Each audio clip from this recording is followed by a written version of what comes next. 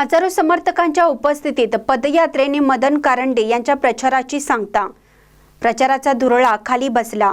विधानसभा निवडणुकीची रणधुमाळी अंतिम टप्प्यात आली असून बुधवारी दिनांक 20 नोव्हेंबर रोजी मतदान होणार आहे। या पार्श्वभूमीवर इचलकरंजी विधानसभा निवडणुकीतील उमेदवार मदन कारंडे यांनी शहरातील प्रमुख मार्गावरून समर्थकांसह शक्ती प्रदर्शन करत जल्लोषी पदयात्रा काढून प्रचाराची सांगता केली।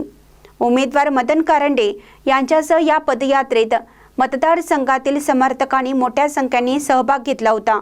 झेंडा चौक येथे या पदयात्रेची सांगता झाली। गेल्या महिनाभरापासून संपूर्ण राज्यात विधानसभा निवडणुकीची रणधुमाळी सुरू होती। त्यात आज प्रचाराचा शेवटचा दिवस असल्याने सर्वच उमेदवारांनी आपल्या समर्थकांसह शक्ती प्रदर्शन केलं। महाविकास आघाडीचे उमेदवार मदन कारंडे यांनी दुपारी कोल्हापूर रस्त्यावरील छत्रपती शाहू महाराजांच्या पुतळ्याला अभिवादन करून पदयात्रेला प्रारंभ केला।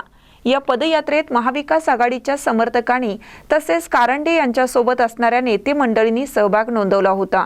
शिवतीर्थ येथील छत्रपती शिवाजी महाराज पुतळ्याला वंदन करून ही पदयात्रा मुख्य मार्गावरून मार्गस्थ झाली। गांधी पुतळा, नारायण टॉकीज मार्गे झेंडा चौक येथे पदयात्रेची सांगता झाली। अर्ज माघारीनंतर म्हणजेच गेल्या 15 दिवसापासून मदन कारंडे यांनी संपूर्ण मतदारसंघात वैयक्तिक गाठीभेटी, पदयात्रा, महिला मेळावे, कॉर्नर सभा आदींच्या माध्यमातून प्रचारांचे रान उठवलं होतं। राष्ट्रवादीचे नेते शरदचंद्र पवार यांच्यासह खासदार सुप्रिया सुळे, जिल्ह्याचे माजी पालकमंत्री सतेज पाटील या प्रमुख नेत्यांनी इचलकरंजीत येऊन प्रचार केला होता। आज प्रचाराचा धुरळा खाली बसला। महानकर न्यूजसाठी सुभाष भस्मे, इचलकरंजी। ताज्या बातम्यांसाठी महानकरला सबस्क्राइब करा आणि बेल आयकॉनला क्लिक करा।